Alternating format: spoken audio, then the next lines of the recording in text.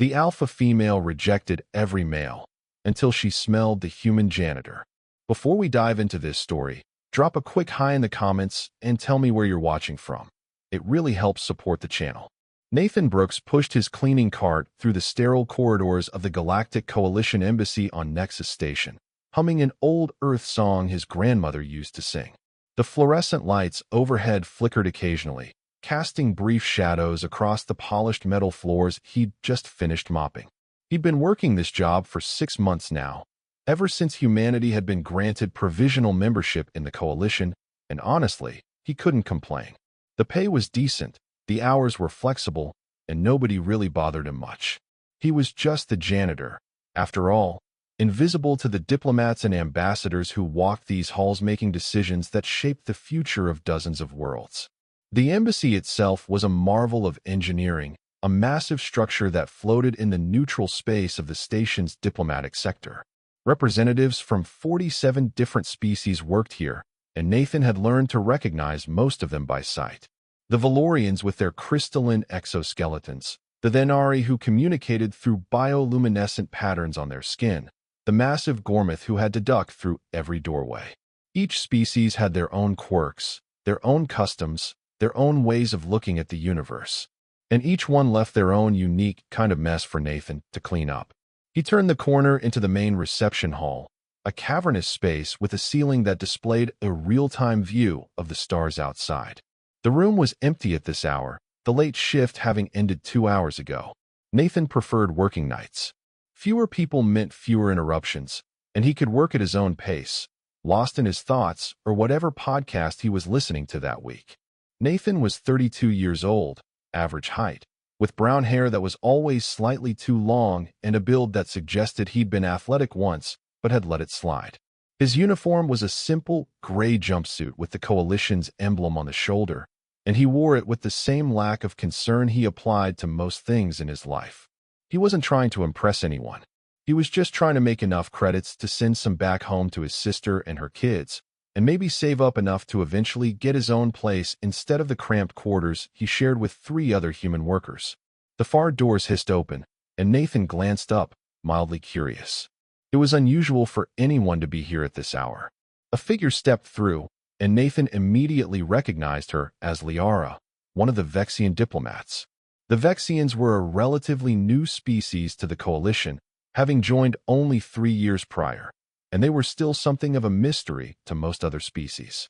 Liara was tall, easily 6.5 feet, with a lean, powerful build that reminded Nathan of a predator. Her species was mammalian, covered in short fur that ranged from silver to deep charcoal. Liara's fur was a striking silver gray with darker patterns along her arms and legs. Her face was distinctly canine, with a long muzzle, sharp teeth, and intelligent amber eyes that seemed to miss nothing. Her ears were large and mobile, constantly swiveling to catch sounds. She walked on digitigrade legs, giving her movements a graceful, almost floating quality. She wore the formal diplomatic robes of her people, a deep blue garment that was cut to accommodate her unique physiology. But what struck Nathan most was her bearing.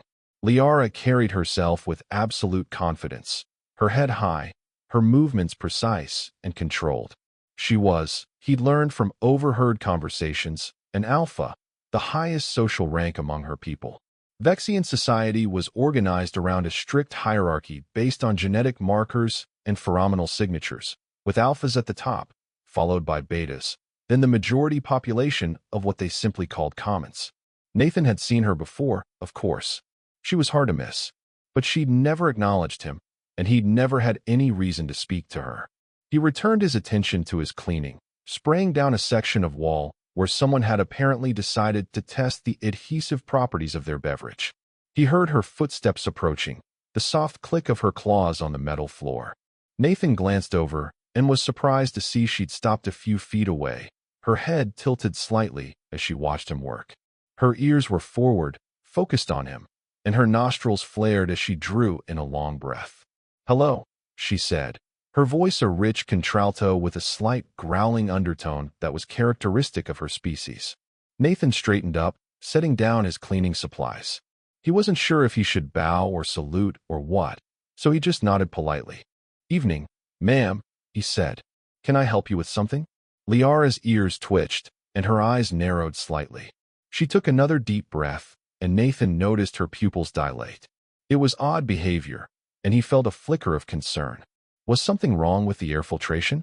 "You are human," she stated, though it was obvious. "Yes, ma'am. Nathan Brooks. I'm part of the maintenance crew." Liara stepped closer, and Nathan resisted the urge to step back. She was examining him with an intensity that was frankly unnerving, her nostrils continuing to flare as she scented the air around him. "You smell," she paused, "different." Nathan felt his face heat with embarrassment. He'd showered that morning, but it had been a long shift, and he'd been working hard. Of course, he probably smelled like sweat and cleaning chemicals. "Sorry about that," he said, trying to make light of it. "Occupational hazard. I can step back if it's bothering you." "No," Liara said quickly, almost urgently. "Not unpleasant. Just different." There was a long moment of awkward silence. Nathan had no idea what to say to that. Liara continued to stare at him, her tail, which Nathan only now noticed, swishing slowly back and forth behind her. Among Vexians, he vaguely recalled, tail movement was a strong indicator of emotional state. "Well," Nathan said eventually, "if there's nothing you need, I should probably get back to work. Still got 3 more sections to finish before my shift ends." "What is your role here?" Liara asked, ignoring his implicit dismissal. "Like I said, maintenance. Cleaning mostly. Keeping the place presentable." "You are content with this work?" Nathan shrugged. "It's honest work. Pays the bills. You have no ambitions for higher status?" "Not really my style, ma'am. I'm happy where I am." Liara's ears flicked back briefly, a sign of confusion or surprise. Among her people, Nathan would later learn, the concept of being content with a lower status position was almost incomprehensible. Every Vexian constantly strove to improve their standing, to climb higher in the hierarchy. "You are unusual," she said finally. "I've been told that before," Nathan replied with a slight smile. Liara stared at him for another long moment, then gave a short nod and turned away. She walked a few steps, then paused and looked back over her shoulder. "What is that scent you carry?" she asked. "Beyond the cleaning products, there is something else." Nathan thought about it. He'd used his usual soap that morning, nothing fancy. He wore a bit of old-fashioned cologne his sister had given him for his birthday, something with cedar and citrus notes. And he supposed there was the coffee he'd been drinking, and maybe the sandwich he'd had for dinner. Could be a lot of things, he admitted. "Why do you ask?" Liara's tail swished again, more vigorously this time. "Curiosity," she said, and there was something in her tone that suggested it was a significant admission. "Good evening, Nathan Brooks." "Good evening, ma'am." She left, and Nathan stood there for a moment, trying to figure out what had just happened. Then he shrugged and returned to his work. Diplomats were weird, he'd learned. Alien diplomats were even weirder. It probably didn't mean anything. He was wrong about that. Over the next several days, Nathan noticed Liara appearing more frequently in areas he was cleaning. At first, he thought it was coincidence. The embassy was large, but there were only so many corridors and common areas. But by the 4th day, when she appeared in a storage section that nobody ever visited while he was organizing supply closets, he had to acknowledge that she was deliberately seeking him out. She never stayed long. She would enter whatever space he was working in, exchange a few words of greeting, and then spend several minutes simply standing nearby, breathing deeply, watching him work. It was bizarre and more than a little uncomfortable. Nathan's co-workers started to notice. Marcus, another human janitor who worked the same shift, cornered him during their break in the staff lounge. "Dude, what's going on with you and the Vexian Alpha?" Marcus asked, his eyes wide with curiosity and a hint of concern. "Nothing's going on," Nathan said, pouring himself a cup of coffee from the pot that was always brewing. "She just shows up sometimes while I'm working." "Yeah, I've noticed. So has everyone else. Do you have any idea how weird that is?" Nathan sighed. "I know it's weird. I don't know why she's doing it." Marcus leaned in closer, lowering his voice even though they were alone in the lounge.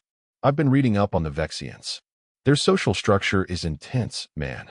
Everything is about hierarchy and dominance and these pheromone things. And the Alphas, they're like royalty. They don't just hang around with random people, especially not people of lower status." "I'm aware," Nathan said dryly. "So why is she hanging around me?" That's what I'm trying to figure out. Marcus pulled out his datapad and started scrolling through information. Look at this. It says here that Vexian alphas choose their mates based primarily on scent compatibility. They have this whole chemical thing going on where their biology literally tells them who would be the best genetic match. Nathan froze with his coffee cup halfway to his lips. Okay, he said slowly. But that's for Vexian mates. I'm human. We're not even the same species. Marcus shrugged. Maybe the biology doesn't know that. Look, all I'm saying is be careful. The article also says that when an alpha becomes interested in someone, they can be pretty intense about it. And if you reject an alpha, it's this whole cultural insult thing that can cause major problems. Great, Nathan muttered. Just great. The situation escalated 2 days later. Nathan was working in one of the meditation gardens, a peaceful space filled with plants from a dozen different worlds. He was trimming back some of the more aggressive growth when he heard voices approaching. He glanced up to see Liara entering the garden, accompanied by 3 other Vexians. 2 were male, both tall and powerfully built, wearing the formal attire of high-ranking officials. The 3rd was another female, smaller than Liara, with reddish fur. Liara's companions stopped when they saw Nathan, their ears going back in clear surprise.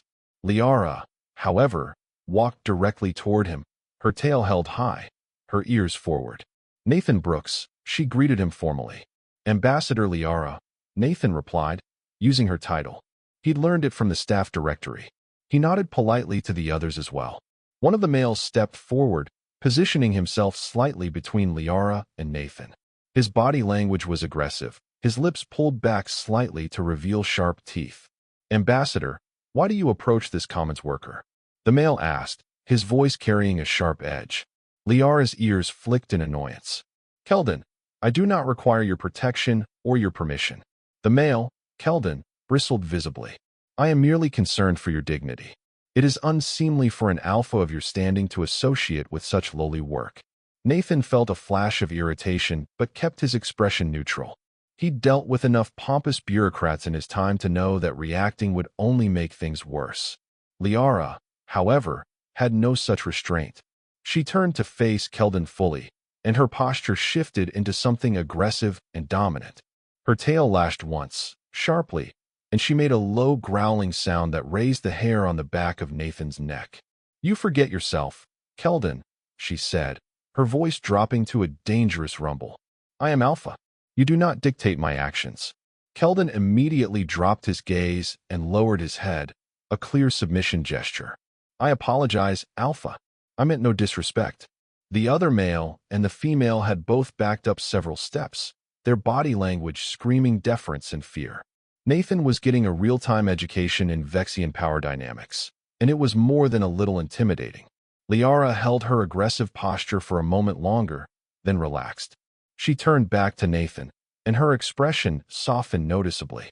Please forgive the interruption, she said. I wish to ask if you would join me for conversation this evening.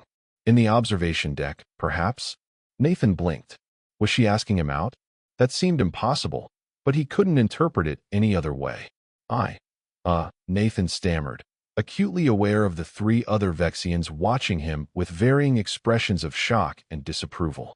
Sure, I guess. What time? 20th hour?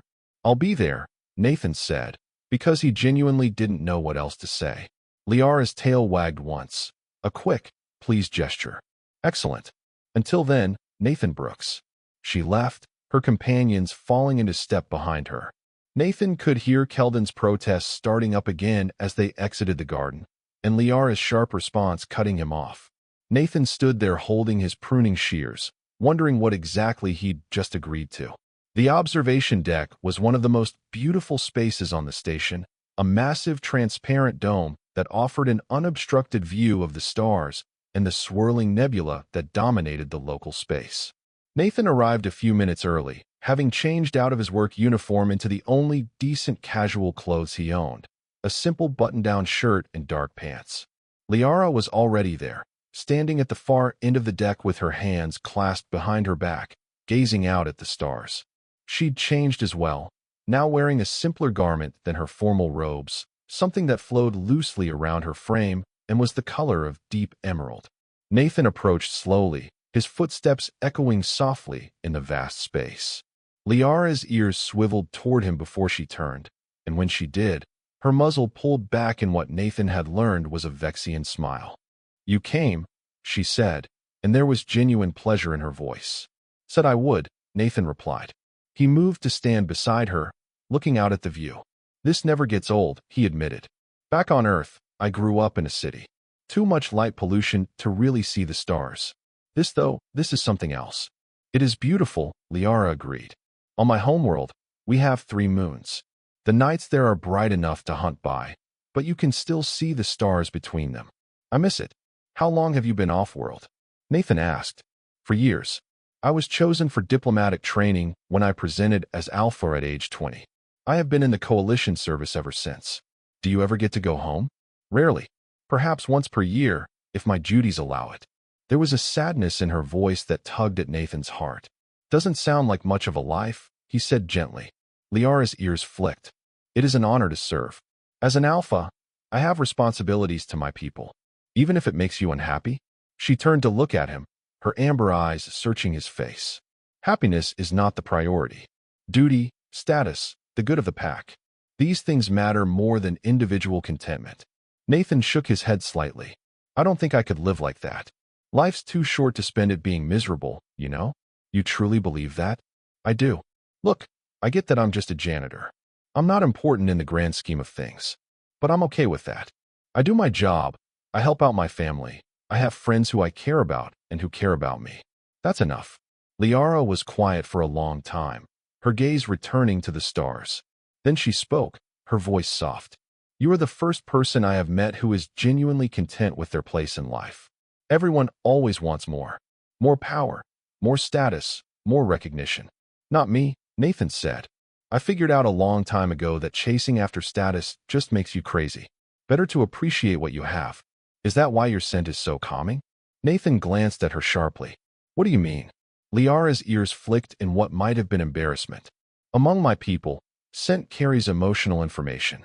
Stress, aggression, fear, these things change how we smell to each other. You smell of contentment, of peace. It is unusual, intoxicating." Nathan felt that awkward heat rising in his face again. "I don't really know what to say to that." "You need say nothing. I merely wish to explain why I have been seeking your company. Your presence is soothing in a way I have rarely experienced." They stood in comfortable silence for a while, watching the stars. Nathan found himself relaxing despite the strangeness of the situation. There was something calming about Liara too, now that she wasn't surrounded by her subordinates and the weight of her position. "Can I ask you something?" Nathan said eventually. "Of course. Why did you reject all those other males?" "I've heard rumors that every Vexian alpha male on the station has tried to court you, and you've turned them all down." Liara's tail lashed once, sharply, "Because they see only my status. They desire to mate with an alpha, to elevate their own position, to produce alpha offspring. They do not see me. They do not care about who I am beyond my rank." "That sounds lonely," Nathan said quietly. "It is." Liara's voice was barely above a whisper. "I have been lonely for a very long time, Nathan Brooks." Nathan felt a surge of sympathy for this powerful, isolated woman. Acting on impulse, he reached out and gently placed his hand on her arm. The fur there was softer than he'd expected, silky beneath his fingers. Liara went completely still. Her ears shot forward, her eyes widened, and she drew in a sharp breath. Then, slowly, she placed her own hand over his. Her palm was large and warm, her fingers tipped with retractable claws that she kept carefully sheathed. "Thank you," she said. They stayed like that, hand in hand, watching the stars whirl slowly overhead, and Nathan thought that maybe, just maybe, something important had shifted in the universe. Over the following weeks, Nathan and Liara continued to meet regularly. They would rendezvous in quiet corners of the embassy, in parks on the station, once even in a small cafe that served food from a dozen different worlds. They talked about everything and nothing, sharing stories of their childhoods, their dreams, their fears. Nathan learned that Liara loved ancient poetry from her world, that she played a musical instrument similar to a flute, that she had a younger brother who still lived on the Vexian homeworld and who she missed terribly. He learned that she hated formal dinners, that she was allergic to a common galactic grain that appeared in far too many diplomatic meals, and that she secretly enjoyed trashy romance novels from various species, though she would never admit it publicly. Liara learned that Nathan had wanted to be a teacher when he was younger, but couldn't afford the education, that he sent most of his salary home to support his sister's family after her husband had died, that he loved old Earth music and could play the guitar reasonably well. She learned that he was terrible at most video games, but excellent at puzzles, that he had a fear of heights that he was slowly overcoming by visiting observation decks, and that he made friends easily, but kept his circle small and trusted. They were, Nathan realized with some surprise, becoming genuine friends. And maybe something more than friends, though that thought both thrilled and terrified him. The Vexian community on the station, however, was not pleased. Nathan started noticing hostile glares from Vexian diplomats when he passed them in the halls. One morning, he found his locker in the staff area had been vandalized, crude words written in Vexian script that he needed to get translated. When he did, he wished he hadn't. The terms were explicit and deeply insulting, questioning his parentage and suggesting various unpleasant things that should happen to him.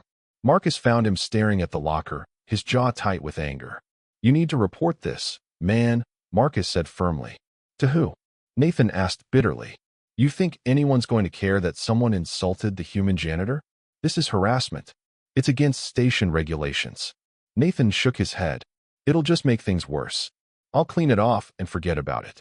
But the incidents continued. Someone started leaving rotting food in his cart. His cleaning supplies went missing regularly. Once, he was shoved hard from behind while walking down a corridor, sending him sprawling. He'd looked up to see a Vexian male disappearing around a corner, the male's laughter echoing back. Nathan didn't tell Liara about any of it. She had enough to deal with, facing her own pressures from the Vexian community. He'd overheard enough conversations to know that her continued association with him was causing major problems within the Vexian diplomatic corps. There were calls for her to be recalled, accusations that she was bringing shame to their people, demands that she choose a proper Vexian mate and end this inappropriate relationship. The breaking point came 3 months after that first conversation in the observation deck. Nathan was working late, cleaning the main conference hall after a particularly messy diplomatic dinner. He'd just finished mopping the floors when 4 Vexian males entered the room.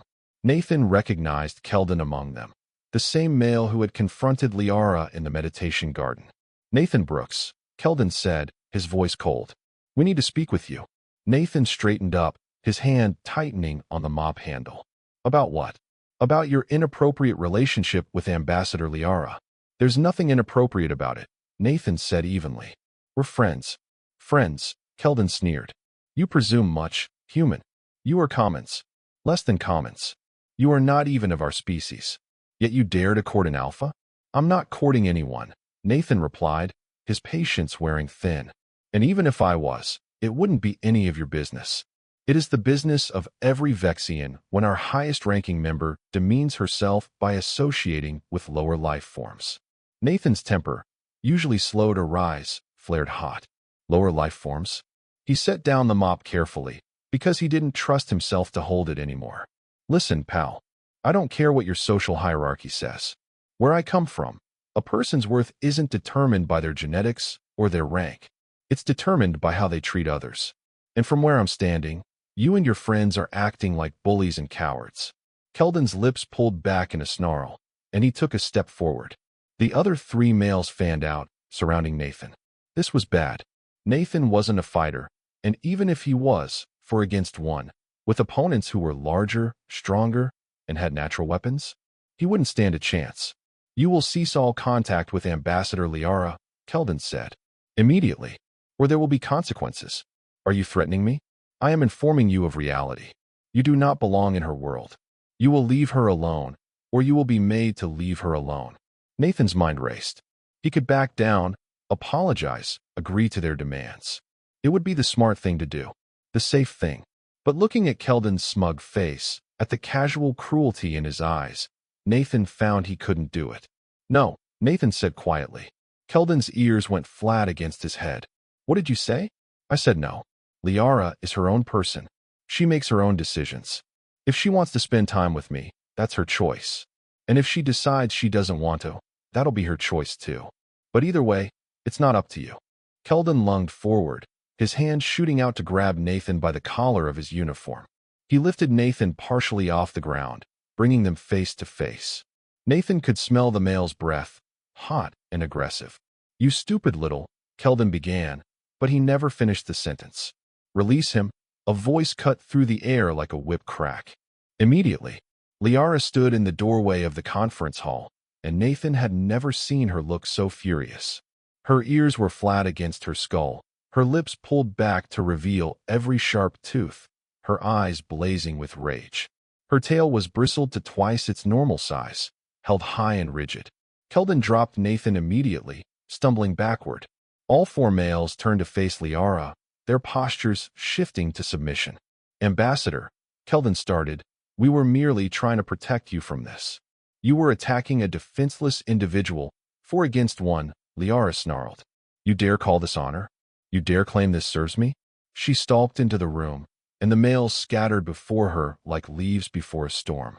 She moved directly to Nathan, her posture shifting entirely as she approached him. Her ears came forward, her tail lowered, her expression softening to concern. "Are you hurt?" she asked gently. Nathan rubbed his throat where Keldon had grabbed him. "I'm fine. Just a little bruised ego." Liara turned back to the males, her fury reigniting. "Get out," she commanded. "All of you. And if I ever hear of any of you approaching Nathan Brooks again, if I even suspect you have harassed him in any way, I will see to it that you are expelled from the embassy and sent back to our homeworld in disgrace. Do I make myself clear?" "Yes, Alpha," they chorused and fled. When they were gone, Liara seemed to deflate slightly. She reached out tentatively, her hand hovering near Nathan's shoulder but not quite touching. "I am so sorry," she said.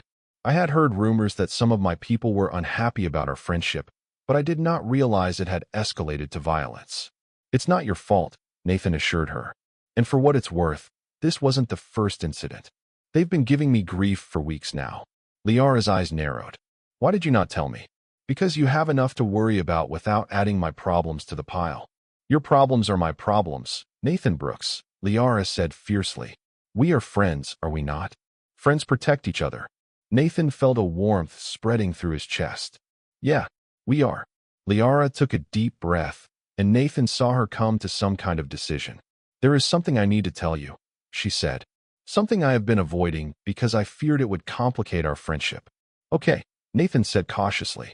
"Among my people, when an alpha finds someone whose scent is compatible, whose presence brings peace and joy, it is understood that this person is a potential mate. A true mate, bonded at a chemical and emotional level. I have been denying this truth, telling myself we could remain simply friends, but I cannot continue the deception. Not to you, and not to myself." Nathan's heart was pounding. "What are you saying, Liara?" "I am saying that you are my mate, Nathan Brooks. My biology recognized it from the first moment I scented you. My heart has known it for weeks. I am saying that I have fallen in love with you, despite every logical reason why I should not. And I am saying that I will understand if this frightens you, if you cannot accept it, if you wish to end our friendship to avoid the complications it brings." Nathan stared at her, this powerful, beautiful, incredible woman who had just laid her heart bare before him. He thought about the past 3 months, about the conversations and the laughter and the quiet moments of connection. He thought about how he felt when he saw her, the way his day brightened whenever she appeared, the way her absence left a hollow ache in his chest. "I'm not scared," Nathan said. "Or, okay, I'm terrified. But not of you. I'm scared of screwing this up. I'm scared I'm not good enough for you. I'm scared that everyone's right, and I'm just some stupid human who doesn't belong in your world." Liara reached out and gently cupped his face in her large, warm hands. "You belong wherever you choose to be," she said. "And I choose to be wherever you are." Nathan laughed, a slightly shaky sound. "That's terrible logic. Perhaps, but it is my logic and my choice." Nathan reached up and placed his hands over hers. "I love you too," he said. "Just so you know, I've been falling for you for weeks now. I just didn't think I had any right to say it." "You have every right," Liara said. "You are my mate, Nathan Brooks. If you will have me." "Always," Nathan replied. And then she kissed him, or he kissed her, or they met in the middle. It was awkward at first, their anatomy not perfectly suited to each other, but they made it work. Her muzzle was soft, her lips careful around her teeth, and she tasted faintly of the spiced tea she favored. Nathan wrapped his arms around her, and she pulled him close, and for a perfect moment, the universe contracted to just the two of them. When they finally pulled apart, both of them slightly breathless, Liara rested her forehead against his. "This will not be easy," she warned. "My people will not accept this readily. There will be challenges." "I know," Nathan said, "but we'll face them together, right?" "Together," Liara agreed. The announcement of their relationship, when it became official 2 weeks later, caused exactly the uproar they'd anticipated. The Vexian diplomatic delegation immediately filed formal protests. There were calls for Liara to be removed from her position, accusations that she had violated cultural norms and brought shame upon her species. Several Vexian ambassadors threatened to withdraw from the coalition entirely if this insult was allowed to stand. The human delegation, to their credit, stood firmly behind Nathan and Liara. Ambassador Sarah Morgan, the head of the Human Diplomatic Corps, made a public statement defending their relationship and pointing out that the coalition's charter explicitly protected the right of individuals to form relationships with consenting adults of any species, without interference from cultural or governmental bodies. But the real turning point came from an unexpected source. The Galactic Coalition's High Council, the governing body that oversaw all member species, called for a formal hearing on the matter. Both Liara and Nathan were required to testify. Nathan had never been so nervous in his life. He stood in the Grand Council chamber, a massive circular room with seating for representatives from all 47 member species, and felt like an insect under a microscope. He wore his best clothes, which still felt woefully inadequate compared to the formal attire of everyone else present. Liara stood beside him, magnificent in her full diplomatic regalia. She had insisted on standing with him rather than at the separate podium designated for her rank, a small act of defiance that had caused muttering among the assembly. The hearing began with the Vexian delegation presenting their case. A senior ambassador, a grizzled male named Torvak, spoke at length about the importance of maintaining cultural traditions, about the dangers of allowing individuals to disregard social hierarchies, about the insult to Vexian dignity represented by an alpha bonding with the commons of another species. Nathan listened to it all with growing frustration. They talked about him like he wasn't there, like he was some object or problem to be solved rather than a person with his own thoughts and feelings. Then it was their turn to speak. Liara stepped forward first, her voice clear and strong as she addressed the council. "Honorable members," she began, "I stand before you today not just as a Vexian ambassador, but as an individual who has found something precious and rare in this vast universe. I stand before you bonded to Nathan Brooks, and I do not apologize for this bond." There was a murmur of disapproval from the Vexian section, but Liara continued, undeterred. "My people value strength, hierarchy, tradition. These are not small things. But in our focus on these values, we have forgotten something essential. We have forgotten that the purpose of strength is to protect those who matter to us. We have forgotten that hierarchy should serve the people, not the other way around. We have forgotten that the best traditions are those that bring joy and connection, not those that isolate and divide. Nathan Brooks is kind. He is genuine. He is content with who he is, secure in his own worth without needing to prove it by dominating others. These qualities are rare, and they are valuable. He has brought me more peace and happiness in 3 months than I have known in years of serving as an alpha. If my people cannot see the worth in that, then perhaps the failing is in how we measure worth." She stepped back, and Nathan took his place at the podium. His hands were shaking slightly, but he took a deep breath and began. "I'm just a janitor," he said, and heard the slight echo of his voice in the vast chamber. "I don't have a fancy title. I'm not important. By Vexian standards, I'm nobody. And you know what? I'm okay with that. I've never needed to be important to be happy.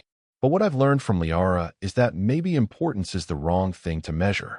Maybe what matters is how we treat each other, whether we lift people up or tear them down, whether we judge others by their circumstances or by their character. Liara is the most remarkable person I've ever met. She's brilliant and strong and compassionate. She carries the weight of her entire species' expectations on her shoulders, and she does it with grace. And yeah, she's an alpha, and I'm a human janitor, and that seems impossible. But somehow we fit. We make each other better. We make each other happy. If that's wrong, if that's something that should be forbidden, then I think your rules need examining. Because from where I stand, love is rare enough in this universe that we should celebrate it wherever we find it, not try to destroy it because it doesn't fit our expectations. Nathan stepped back, his heart hammering. He'd probably just torpedoed any chance they had, speaking so bluntly to the High Council. But he'd meant every word. The council deliberated for 2 hours. Nathan and Liara waited in an antechamber, holding hands, saying little. Whatever happened, they'd face it together. Finally, they were called back in. The council speaker, a being of pure energy who communicated through a translation device, delivered the verdict. The Galactic Coalition was founded on principles of mutual respect, individual freedom, and the celebration of diversity, the speaker said, its voice a melodious chime that rang through the chamber. We have heard the arguments presented today, and we have reached our decision. The relationship between Ambassador Liara and Nathan Brooks does not violate any coalition law or regulation. While we acknowledge the cultural concerns raised by the Vexian delegation, we cannot and will not interfere in the personal lives of consenting adults based solely on cultural preferences. To do so would undermine the very foundations upon which this coalition is built. Therefore, we rule that Ambassador Liara and Nathan Brooks are free to continue their relationship without official sanction or interference. However, we also recognize the difficult position this places Ambassador Liara in with regard to her own people. We leave it to the Vexian government to determine her continued fitness for her diplomatic role, while noting that any action taken against her solely on the basis of this relationship will be viewed unfavorably by this council. It was, Nathan realized, the best they could hope for. They'd won the right to be together, even if the path forward wouldn't be easy. The Vexian delegation stormed out of the chamber. But as Nathan and Liara left, hand in hand, several other ambassadors approached them. The Valerian representative touched Nathan's shoulder with one crystalline appendage, a gesture of respect in their culture. The Venari ambassador's patterns glowed warm colors, indicating approval. One by one, representatives from a dozen species offered their support and congratulations. Not everyone agreed with the Vexian delegation, it seemed. The following months were difficult. The Vexian government initially attempted to recall Liara, but she refused to leave her post, citing coalition regulations that protected diplomatic personnel from arbitrary recall. The standoff lasted for weeks, with increasing pressure from both sides. Nathan faced his own challenges. Several Vexian staff members resigned from the embassy rather than work in the same building as him. He received death threats, messages filled with vitriol and hatred. Station security had to be increased around his quarters after someone attempted to break in. But there were bright spots too. The human community rallied around them. Marcus organized a petition in support of their relationship that gathered thousands of signatures from humans throughout the coalition. Other interspecies couples reached out to share their own stories and offer advice. And slowly, gradually, some of the Vexian hostility began to ease. The real breakthrough came from an unexpected source. Liara's younger brother, Kale, requested a meeting with her via secure communication. Nathan sat beside her as the call connected, offering silent support. Kale's face appeared on the screen. He was younger than Liara by several years, with lighter fur and bright, curious eyes. He looked nervous but determined. "Sister," he began, "I have been following the news of your bonding. The family has been in turmoil. Father has forbidden anyone from speaking your name. Mother weeps daily." Liara's ears drooped. "I am sorry to have brought shame upon you all." "No," Kale interrupted. "You misunderstand. I did not contact you to add to your guilt. I contacted you because I want you to know that not all of our people condemn you." Liara's eyes widened. "What do you mean?" "There is a movement growing among the younger Vexians, especially those of us who are commons. We have been questioning the rigid hierarchy for years, but we had no voice, no champion. You have become that champion, sister. You have shown that even an alpha, the highest of us, can choose connection over status. It is inspiring." Kale leaned forward, his expression earnest. Your bonding has sparked conversations throughout our world about whether our old ways serve us anymore, about whether happiness and personal choice should matter more than genetic markers. Change is slow, but it is happening. Because of you. Tears were streaming down Liara's muzzle. She placed one hand on the screen, and Kale mirrored the gesture from his side. I miss you, little brother, she said. And I you, sister. But I am proud of you. More proud than I can say. After the call ended, Liara turned to Nathan and buried her face against his shoulder, crying in earnest now. But these were tears of relief and hope, not despair. A year after their relationship became public, the Vexian government finally, grudgingly, acknowledged the bond. They didn't celebrate it, but they stopped actively opposing it. Liara was allowed to remain in her position as ambassador, though she would never be welcomed back to the homeworld for official functions. Liara accepted this with grace. I have found my home, she told Nathan, and it is wherever you are. They moved into quarters together, a small apartment on the station that they made their own. Nathan continued working as a janitor, refusing all offers of promotions or transfers. He was happy where he was, he insisted. Though he did start teaching an evening class on Earth history and culture for interested aliens, a way to pursue his old dream of teaching in a small way. Liara's role expanded. She became an advocate for individual rights across the coalition, working with couples and individuals from various species who faced cultural opposition to their choices. She used her position and her story to push for reforms, for greater acceptance of diversity in all its forms. In their relationship, it thrived. They learned to navigate their differences, to celebrate their unique bond. Nathan learned the intricacies of Vexian courtship rituals, though he performed them with a human clumsiness that made Liara laugh. Liara learned to appreciate Earth music, developing a particular fondness for jazz that surprised them both. They faced challenges, certainly. There were days when the cultural pressure seemed overwhelming, when the death threats and hate messages got too heavy to bear. There were moments of doubt, of fear, of wondering if they were foolish to keep fighting. But they also had moments of pure joy, quiet evenings watching the stars, lazy mornings curled up together, inside jokes and shared laughter. The deep, abiding comfort of being with someone who truly understood you. 2 years after their bonding, Nathan was cleaning the main reception hall, humming to himself as he worked. The space was empty, the late shift long over. He heard footsteps approaching and looked up to see Liara entering, still in her formal robes from a late diplomatic session. She looked tired, he thought. Stressed. He set down his cleaning supplies and moved to meet her. Rough day? He asked. Liara's ears flicked. The negotiations with the Torvin delegation are proving difficult. They are quite stubborn.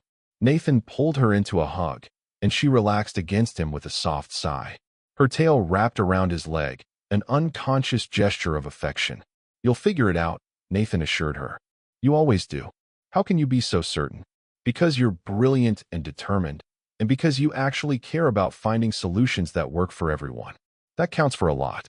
Liara pulled back slightly to look at him, her amber eyes soft with affection. How did I survive before I met you? Probably the same way I did. Adequately, but not particularly happily. She laughed, that musical sound that Nathan loved. You have a way of simplifying things. It's a gift. Nathan grinned. So, what do you say we get out of here? I'll make dinner, you can tell me about the stubborn Torvins, and we can watch that new documentary about the frontier colonies you wanted to see.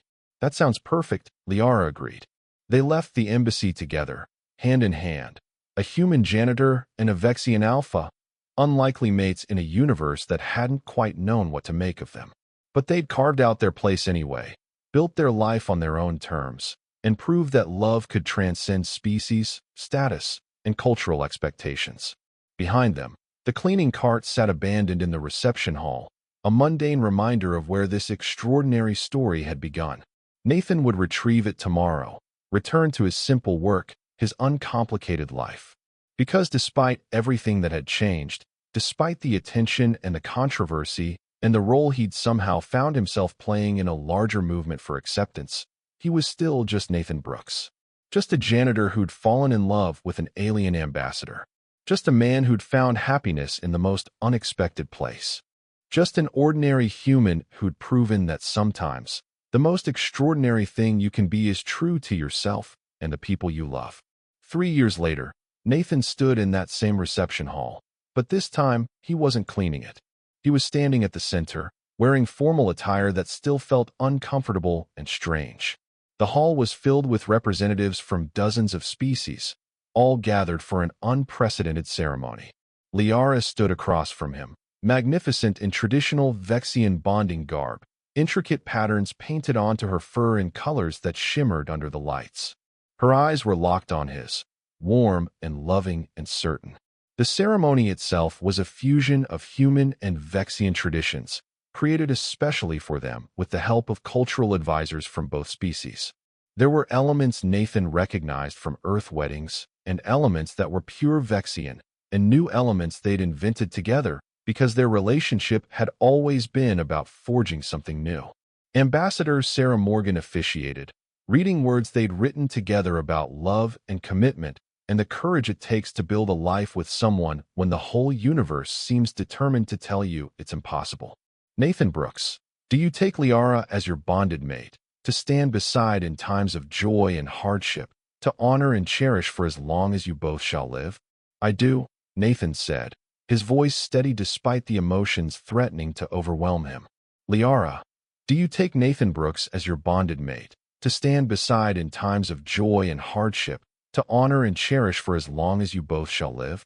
I do, Liara replied, her tail wagging with unconcealed happiness. Then by the authority vested in me by the Galactic Coalition and the peoples of Earth and Vexia, I declare you bonded mates.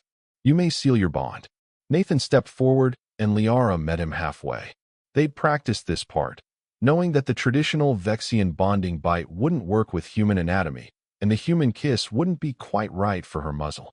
Instead, they'd created their own gesture. Nathan pressed his forehead to hers, and she wrapped her arms around him, and they stood there for a long moment, breathing in sync, heartbeats aligning. The assembly erupted in applause. Not everyone was applauding, Nathan noted. Several seats in the Vexian section remained pointedly empty, and a few faces showed clear disapproval. But more were clapping, more were celebrating than he would have believed possible 3 years ago. And standing in the front row of the human section, his sister Emma was crying happy tears, her kids waving enthusiastically. Marcus was there too, grinning like a fool, along with a dozen other friends Nathan had made over the years. In the section reserved for special guests sat Kale, Liara's brother, who had traveled from the Vexian homeworld despite his family's objections. Beside him sat a handful of young Vexian activists who had formed a movement for social reform, all inspired by Liara's example. The reception that followed was chaotic and joyful. Beings of a dozen different species mingled, sharing food and drink and stories. Nathan found himself pulled into conversation after conversation, accepting congratulations and well wishes. At one point, the Valerian ambassador approached him, her crystalline form refracting the light in rainbow patterns. You have done something remarkable, Nathan Brooks, she said in her chiming voice. You have helped change minds, not through force or arguments, but simply by being true to yourself and your feelings. The coalition is better for your presence. Nathan felt his face heat with embarrassment. I was just being myself, he said. Liara is the remarkable one. No, the ambassador said gently. You are both remarkable in different ways. And together, you are extraordinary. Later, as the party wound down, Nathan and Liara slipped away to the observation deck, their special place. They stood hand in hand, looking out at the stars just as they had on their first real conversation 3 years before. So, married man, Liara said, a teasing note in her voice. How does it feel? Pretty much the same as yesterday, Nathan admitted, but also completely different. Does that make sense? Perfect sense. Liara leaned her head against his shoulder. I never thought I would have this, you know. A true partnership. Someone who sees me as Liara, not as an alpha, not as a symbol, just as myself. I never thought I'd have it either, Nathan said. Figured I'd end up alone, honestly. Too set in my ways, too content with my simple life to interest anyone. And yet here we are. Here we are. They stood in comfortable silence, watching the nebula swirl beyond the transparent dome. Nathan thought about the journey that had brought them here, all the obstacles they'd overcome, all the people who had told them it was impossible. And he thought about the future stretching before them, uncertain and challenging, but no longer lonely. What do you think happens next? Liara asked softly. Well, Nathan said thoughtfully, I keep cleaning floors. You keep saving the galaxy through diplomacy. We argue about whose turn it is to cook dinner. We watch bad movies. We visit your brother when we can. We keep proving that different doesn't mean impossible. That sounds perfect, doesn't it though? Liara turned to face him fully, her hands coming up to cup his face with infinite gentleness. I love you, Nathan Brooks. My improbable, impossible, perfect mate. I love you too, Liara. My amazing, brilliant, beautiful wife. They kissed then, human and Vexian, janitor and ambassador, two beings who had found each other across the vast distances of space and culture and expectation, who had chosen each other despite every reason not to, who had built something real and lasting and true. And in that moment, with the stars as their witnesses, they were simply two people in love, and that was more than enough. The years that followed brought changes to the coalition, subtle at first, but growing stronger with time. Inspired by Nathan and Liara's example, other interspecies couples began to come forward, no longer hiding their relationships. Reform movements began on several worlds, questioning rigid social hierarchies and advocating for personal choice. The Vexian homeworld remained divided. The older generation clung to tradition, but the younger Vexians increasingly embraced change. Kale became a leading voice in the movement, often citing his sister's courage as inspiration. He and Liara maintained regular contact, and Nathan grew to love him as a brother. Nathan's role evolved as well. He remained a janitor, but his story made him a symbol whether he wanted to be or not. He started receiving invitations to speak at various events about his experiences. At first, he declined them all, uncomfortable with the attention. But Liara convinced him that his perspective, his ordinary humanity, was valuable. So he began to accept some of the invitations, speaking at cultural exchange programs and relationship counseling seminars and social reform gatherings. He never tried to be more than he was, never pretended to be a philosopher or a revolutionary. He simply told his story, shared his truth, and let people take from it what they would. 5 years into their marriage, Liara was offered a position on the High Council itself, a tremendous honor and the highest position a Vexian had ever achieved in the coalition. She accepted, but only on the condition that Nathan be granted security clearance to attend certain functions with her. The council agreed, setting another precedent. Nathan found himself in increasingly surreal situations, standing beside his wife at galactic summits, meeting with heads of state from dozens of worlds. He took it all in stride, approaching these powerful beings with the same friendly courtesy he'd shown everyone from janitors to ambassadors. Some found his casualness refreshing. Others found it baffling. Nathan didn't particularly care either way. Through it all, they maintained their rituals. Wednesday evenings were date nights, inviolate regardless of how busy their schedules became. They would find some quiet restaurant or park or museum and spend a few hours together, talking and laughing and remembering why they'd fallen in love in the first place. Sunday mornings, Nathan made breakfast, terrible coffee, and passable pancakes that Liara had learned to enjoy despite her species' usual preference for meat-heavy meals. They would eat slowly, reading news from various worlds on their datapads, occasionally sharing interesting items. At night, they would curl up together in their bed, Liara's large frame wrapped around Nathan's smaller one, her tail draped over his legs, her muzzle resting on his shoulder. In these moments, all the complications of their lives fell away. They were just two people who loved each other, warm and safe and content. 8 years after their first meeting, Nathan was cleaning the reception hall again, having insisted on maintaining his regular duties despite numerous offers of retirement or transfer to advisory positions. He liked the work, he always said. It kept him grounded. He heard footsteps and looked up, expecting to see Liara. Instead, he found himself facing a young Vexian female he didn't recognize. She was small for her species, with russet fur and nervous ears. "Excuse me," she said hesitantly. "Are you Nathan Brooks?" "That's me," Nathan confirmed, setting down his cleaning supplies. "Can I help you with something?" The young Vexian took a deep breath. My name is Sarah. I'm a junior diplomat, recently assigned here. And she paused, her tail swishing anxiously. I'm in a relationship with a Venari. We've been keeping it secret because I was afraid of the consequences. But I heard your story. You and Ambassador Liara. And I thought, if you could be brave enough to stand up for your relationship, maybe I could be brave too. Nathan felt a swell of emotion. He walked over to Sarah and placed a gentle hand on her shoulder.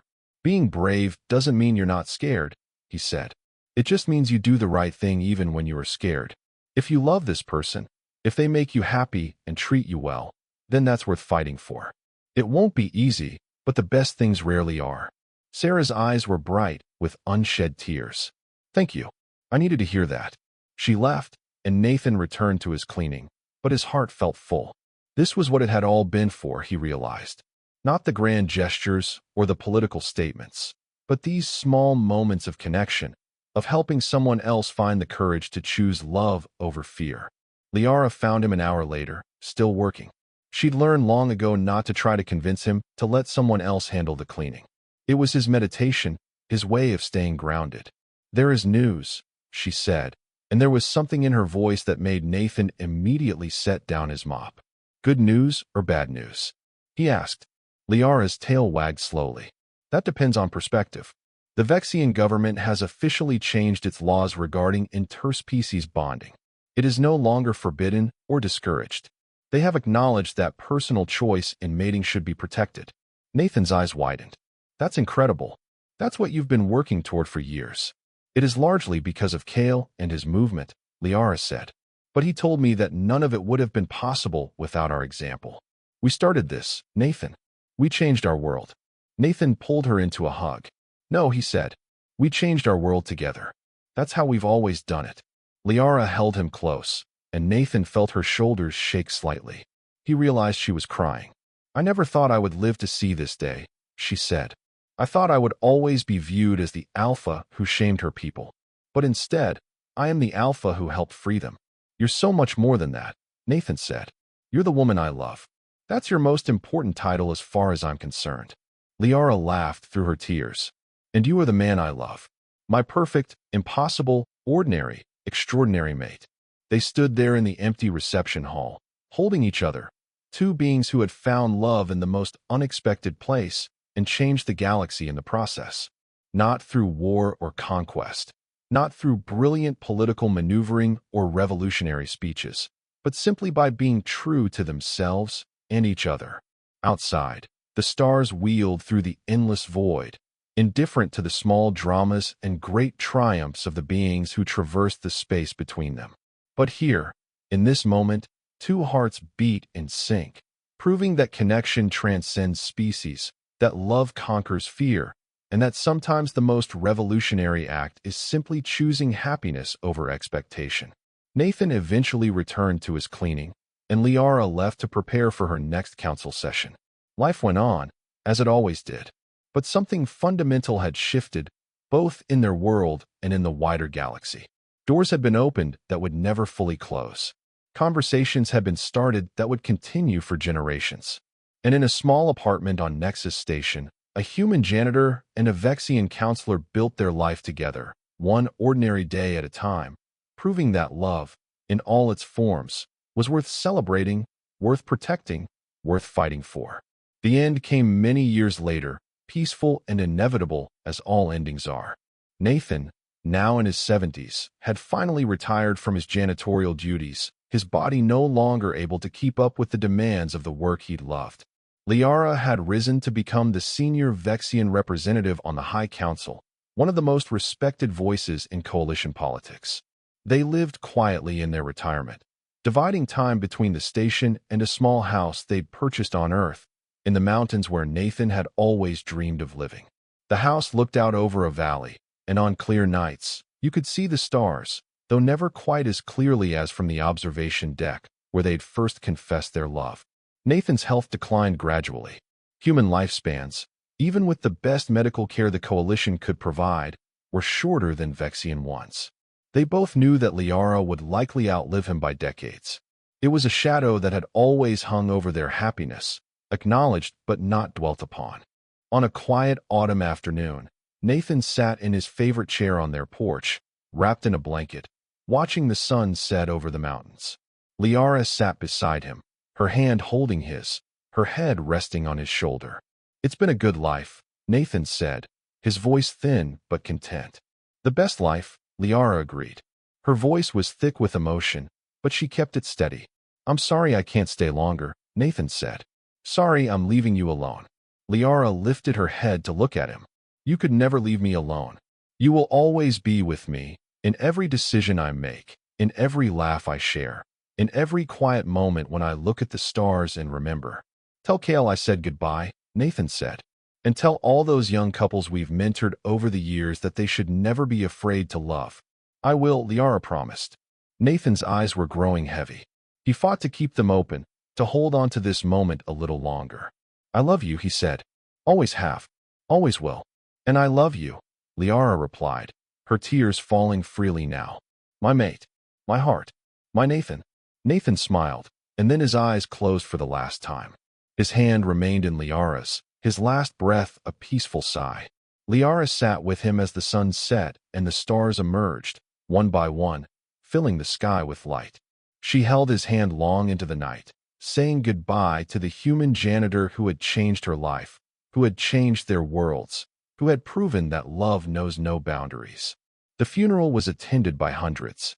Diplomats and janitors, humans and Vexians, beings from across the coalition who had been touched by Nathan's story. Kale spoke, talking about the brother he'd gained through Nathan's bond with his sister. Marcus spoke, sharing stories of Nathan's humor and kindness. Liara spoke last, her voice strong despite her grief. "Nathan Brooks was not a great warrior," she said. "He was not a brilliant scientist or a powerful politician. He was a janitor. He cleaned floors and emptied trash and kept the spaces we worked in comfortable and clean. By most measures, he was ordinary. But he taught me that ordinary is extraordinary when it is genuine. He showed me that contentment is not weakness but wisdom. He proved that love is stronger than tradition, stronger than fear, stronger than all the voices that say something is impossible. He was my mate, my partner, my love. And I will carry him with me for all the years I have left, a light in my heart that will never dim." The years that followed were bittersweet for Liara. She continued her work on the council, becoming a powerful advocate for personal freedoms and interspecies cooperation. She wrote extensively about her relationship with Nathan, preserving their story for future generations. She visited Earth regularly, sitting on the porch of the mountain house, feeling close to Nathan in the place he'd loved.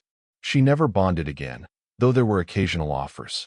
Nathan had been her true mate, and among Vexians, such bonds were once in a lifetime. But she was not alone.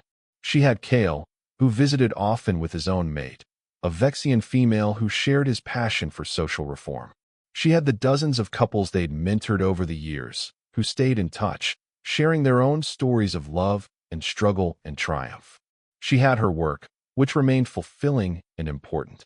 And she had her memories, precious and perfect, of a human janitor who had loved her despite everything, who had seen her not as an alpha or a symbol, but simply as Liara, who had made her laugh and challenged her assumptions and shown her what it meant to be truly happy. 20 years after Nathan's death, Liara stood once more in the observation deck of the Galactic Embassy on Nexus Station. The space had been renamed in honor of Nathan and Liara, a memorial to their groundbreaking relationship. A plaque on the wall told their story in a dozen languages, and young couples from various species often came here to exchange vows or simply to stand in a place that represented love's victory over prejudice. Liara looked out at the stars, at the vast and beautiful universe she and Nathan had shared, and she smiled. She was old now, her muzzle graying, her movements slower than they once were. But her heart was full. "Thank you," she whispered to the stars, to Nathan's memory, to the universe that had brought them together. "Thank you for the gift of love. Thank you for the chance to know that happiness. Thank you for proving that even the most impossible things can become real." And somewhere in the vast sweep of the cosmos, in the dance of stars and the song of the universe, perhaps a human janitor smiled back. And that was the end of the story. If you listened all the way to here, don't forget to leave feedback about what you thought of the story in the comments, whether positive or negative. Your feedback helps us improve. Also, leave your like and subscribe to the channel for more stories like this one. And I'll leave here on the screen another video that I'm sure you'll like. Big hug, and see you in the next story.